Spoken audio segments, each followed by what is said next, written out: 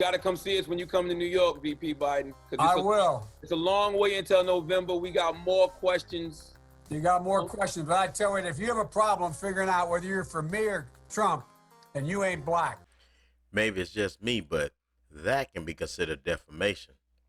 Talk to you about the indictment and referred to, you said that, the storming of the Capitol was fake. Are you saying that the images that was broadcast on that particular day on television didn't exist? Is that what you're saying?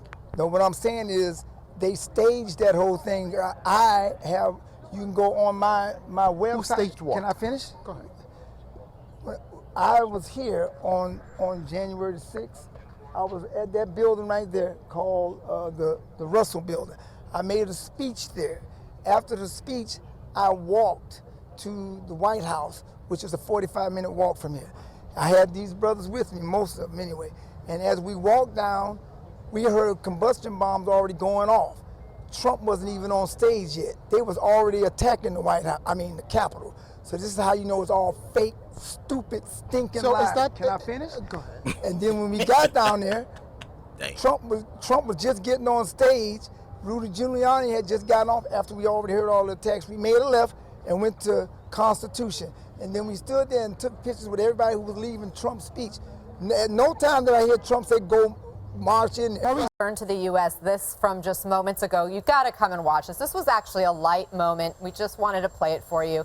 Provide a little relief as we are covering all this serious news. You see a Marine alongside Marine One lost his cap. The president goes to help put it back in. It falls off again as he pats him on the side. He goes and he grabs it again. It's so windy, obviously, from the helicopter. He's trying to right the ship here and help out the Marine who's standing alongside. Apparently cannot move from his current position. Snoop Dogg's squashing his years-long beef with Donald Trump. In the past, the rap star has been straight up nasty to the former president and his supporters. And at one point, Snoop pointed a fake gun at a clown version of Trump for one of his music videos. But Snoop's now taking the high road. The rapper jumping on the Trump train after the former president tossed a pardon to one of the Dogg father's friends, saying, quote, "I have nothing but love and respect for Donald Trump." All right, Jessica, I see you, Taylor Swift, and I raise you, Snoop. Honestly, I don't know what we're going to do when Donald Trump wins the black vote because of this. Whether you're for me or Trump, then you ain't black. Greg, your thoughts on the Snoop endorsement? How significant is this? But I do remember pointing a gun at a clown version of you, and then it turned out it was you. Thank you. The point is it's not that Trump is gaining supporters. It's that the Dems are losing allies and ground. All Trump has to do is stay where he is, and the rest of America will catch up to him. Suddenly, the crass and arrogant American dad isn't so bad after all. It also shows you that a lot of politics is local and decentralized. It's defined best on how it affects you personally, so the issue affects Snoop because it's personal, and it addresses his own safety and security. So I think you're going to see this more. I think, especially when you look at the migration issue, blacks don't see that politically, perhaps, as much as they see it as a personal security and safety issue.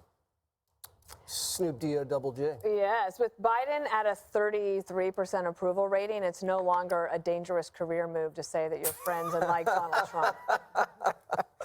Janine. Well, okay, I'm curious as to whether or not Biden has told Snoop Dogg he ain't black yet.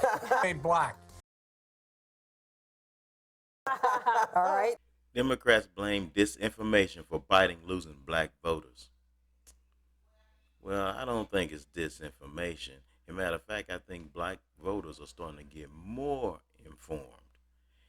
As a matter of fact, I think the Democrats are losing black voters maybe because of situations like this. It is insulting that you would consider such action about a forgotten community that none of you live in.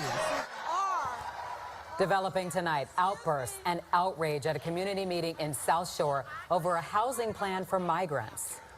The debate comes as the city deals with the crisis of where to put migrants bussed in from the border. Elizabeth Matthews is live now with more. Elizabeth. Corey and Don, contentious to say the least. This forum was a chance for city leaders to get input from the public about the old South Shore High School housing migrants. The city got their input. packed house at the South Shore International College Prep High School. The crowd voicing their opinion, strongly opposing the addition of migrants in their community. I am just outraged. I'm outraged, and I don't understand why our community was chosen. City representatives saying the old South Shore High School would not be a shelter, but one of 3 respite centers for the migrants to temporarily sleep, eat, and take a shower, starting with about 250 people taking up the building's first floor. This is a way for the city to get the current 300 migrants out of the police stations. Questions were asked, but answers hard to hear, interrupted by the upset crowd. Before the meeting, a small protest of South Shore neighbors demanding the energy put into the migrant issue be put into their neighborhoods. It is a slap in the face that we as citizens of the United States of America do not have the resources and support, but you're going to bring people who are not citizens here in our community, in our buildings that we pay taxes for, that you took away from us. That is completely unacceptable. We are in a humanitarian crisis right now. The black people in Chicago are bleeding on the streets. Mayor-elect Brandon Johnson had this to say about the migrant crisis. We have a responsibility to make sure that families who are seeking love and support here in the city of Chicago and throughout the state of Illinois, that they are not just welcome, but they are serviced.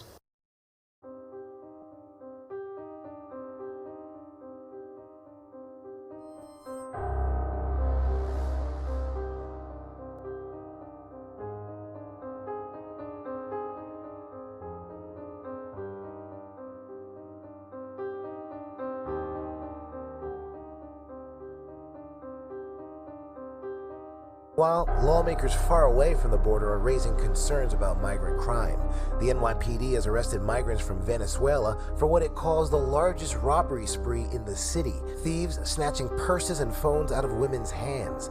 This video shows one victim being dragged down the street by thieves on a scooter. Investigators say the suspects would hack into victims' phones and drain their bank accounts. In recent months, a wave of migrant crime has washed over our city. The lack of migrant housing also a growing concern. Officials in Denver now say 800 families will need to be released from migrant shelters in the coming weeks. Keep saying it, and I don't care what people say. They can get mad at me. If Trump was in office, this would have never went down. Trump 2024. They just had a Trump rally in the South Bronx. South Bronx, yeah, you told me that. South Bronx. And that's all Latins and blacks there. Latins and blacks got tired of the Democrats scheming us and lying to us. And the Republicans said, we told you so. We told you so.